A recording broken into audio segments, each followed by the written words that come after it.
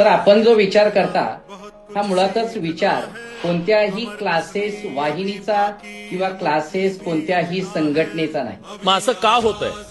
असं का होतंय की क्लासेस शाळेच्या कॉलेजच्या वेळेत सुद्धा क्लासेस चालतात? याचा अर्थ हे त्यांना माहितीये, त्या क्लासेस वाल्यांनाही माहितीये, त्या कॉलेज वाल्यांनाही माहितीये की विद्यार्थी नॉमिनल तिथं आहे आणि तो क्लासेसमध्ये शिकतोय. मग असं का होतंय? Please sir.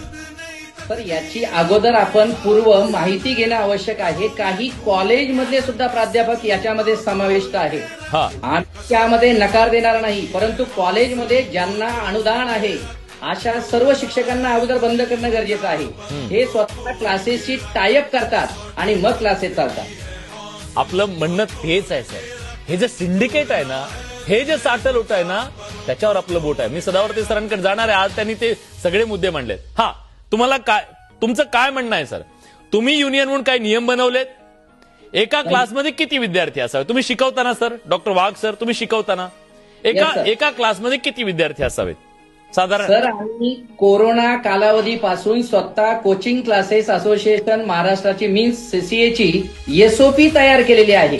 एवढंच नाही तर या राज्याचे शिक्षण मंत्री दादाजी भुसे, त्याच्यानंतर प्रत्येक शहरातले जिल्हाधिकारी, प्रत्येक जिल्ह्याचे आणि महानगरपालिकेचे आयुक्त यांना सुद्धा निवेदन दिलेलं आहे की क्लासेसचा एक विशिष्ट नियमावली असावी. आणि या नियमावलीमध्ये जसं तुम्ही विचारलं, प्रत्येक वर्गामध्ये क्लासेसची संख्या जी आहे एक 50 ते 60 विद्यार्थी संख्या असावी. प्रत्येक क्लासेसमध्ये सीसीटीव्ही असावेत.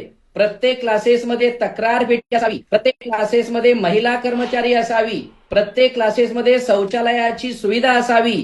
एवढंच नाही तर क्लासेसमध्ये शिकवणाऱ्या शिक्षकांची शैक्षणिक अर्हता सुद्धा असावी.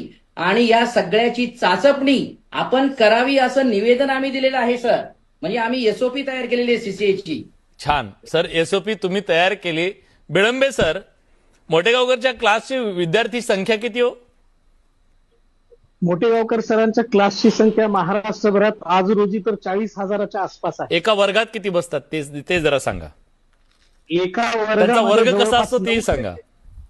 900 ते 1000 विद्यार्थी एका वर्गात बसतात आणि माईक लावलेले प्राध्यापक तिथं शिकवत असतात.